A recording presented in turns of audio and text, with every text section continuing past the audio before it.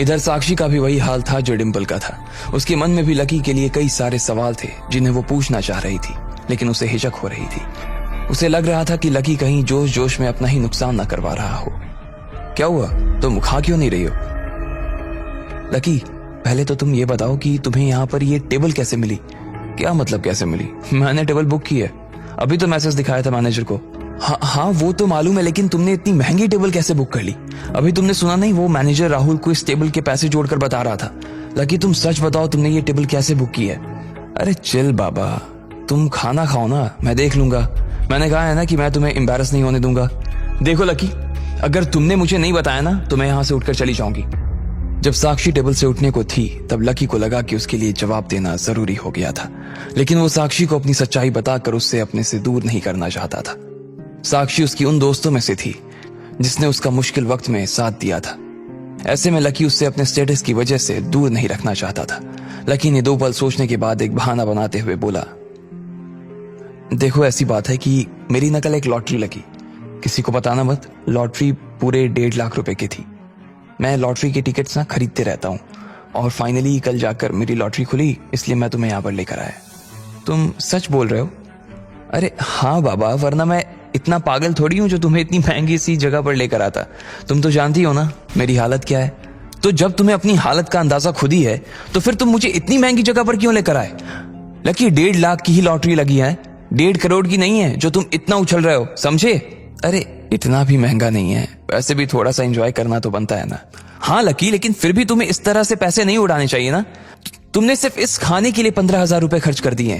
अरे ठीक है, पैसे का क्या है, आज है कल नहीं है। साक्षी ने फिर से अपनी चम्मच उठाई और खाना खाने लगी। वहीं दूसरी तरफ डिम्पल की जलन कम होने का नाम ही नहीं ले रही थी। इधर जब लकी और साक्षी ने अपना खाना खत्म किया तो लकी ने पेमेंट किया और दोनों होटल के बाहर आ गए। लकी भी फिर से अपने हॉस्टल आ गया था और अपने बिस्तर पर जाकर लेट गया। आज तो सिर्फ शुरुआत थी डिम्पल, आज के बाद आगे से तुमने अगर कभी भी मुझे परेशान करने की कोशिश की ना तो मैं भी तुम्हें इसी तरह जवाब दूंगा जैसा मैंने आज दिया है, लकी ने अपने मन में अपने आप से कहा। उधर डिम्पल भी अपने पलंग पर लेट चुकी थी और उसके मन में ढेर सारे सवाल आ रहे थे। वो तुरंत अपने बिस्तर से उठी और साक्षी के कमरे की ओर जाने लगी। साक्षी, तुम एक जरा मिनट के लिए बाहर आ सकती हो? एक्चुअली मुझे तुमसे कुछ बात करनी थी। साक्षी, आज जो तुम लोग डिनर करने के लिए आए थे वो तुम उससे लेकर आई थी या लकी तुम्हें वहां लेकर आया था? डिम्पल ने इधर उधर की कुछ बातें पूछने के बाद सीधा पॉइंट पर आते हुए कहा, लकी मुझे लेकर गया था। क्यों, क्या प्रॉब्लम है? साक्षी, लेकिन वो इतना पैसा लाया कहां से था? डिम्पल ने पूछा। तुम्हें इससे क्या मतलब है? उसके सवाल को सुनते ही वो चौकन्नी हो गई थी। वो समझ गई थी कि डिम्पल ये सवाल इसलिए नहीं कर रही थी क्योंकि उसे लकी की चिंता थी। उसका इस सवाल को पूछने के पीछे का मकसद कुछ और ही था।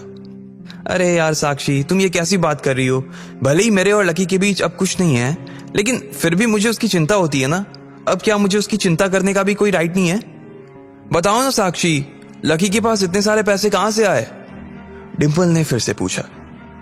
उसकी लॉटरी लगी है 1.5 लाख की। जब साक्षी को एहसास हुआ कि डिम्पल आगे कुछ नहीं बोल पाएगी तो साक्षी ने बात को आगे बढ़ाते हुए कहा, लकी की फाइनेंशियल कंडीशन पहले से ही ठीक नहीं है, लेकिन लॉटरी के इस पैसे से उसका काफी बर्डन कम हो जाएगा। वैसे तुम उसके पैसों के बारे में तो नहीं सोच रही हो ना? साक्षी ने डिम्पल के मन में झांकने की कोशिश करते हुए कहा। अरे साक्षी, ये तुम क्या कह रही हो? ऐसा कुछ नहीं है यार, मैं उसके पैसे के बारे में क्यों सोचने लगी? इधर अगले दिन जब दोपहर में कॉलेज की कोई क्लास नहीं थी तो लकी हमेशा की तरह किताब पढ़ने के लिए लाइब्रेरी में चला गया।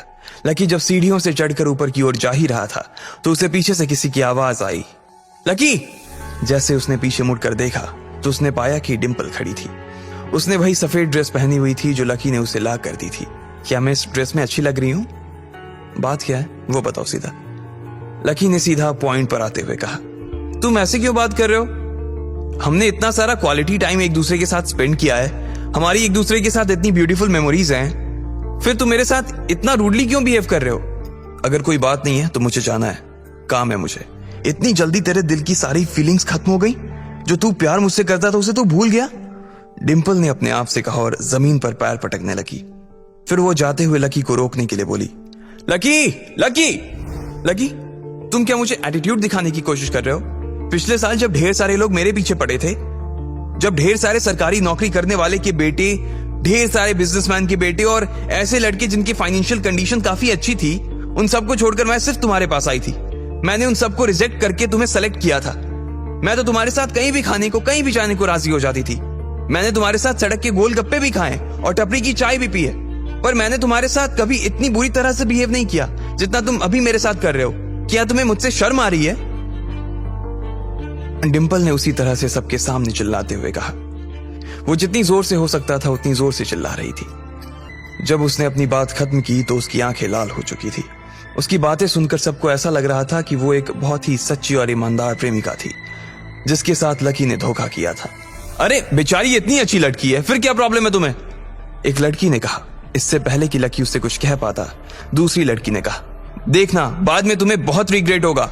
अगर तुमने इस लड़की के साथ फिर से पैचअप नहीं किया तो हम तुम्हें पूरे कॉलेज में बदनाम कर देंगे। इससे पहले कि और लड़कियां कुछ कहती, डिंपल लकी के पास आ गई और उसका हाथ पकड़कर उसे एक ओर ले जाने लगी। लकी को समझ नहीं आ रहा था कि आखिर डिंपल उससे क्या चाहती थी।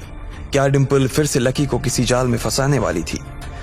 इस बार लकी उससे बचकर निकल जाता।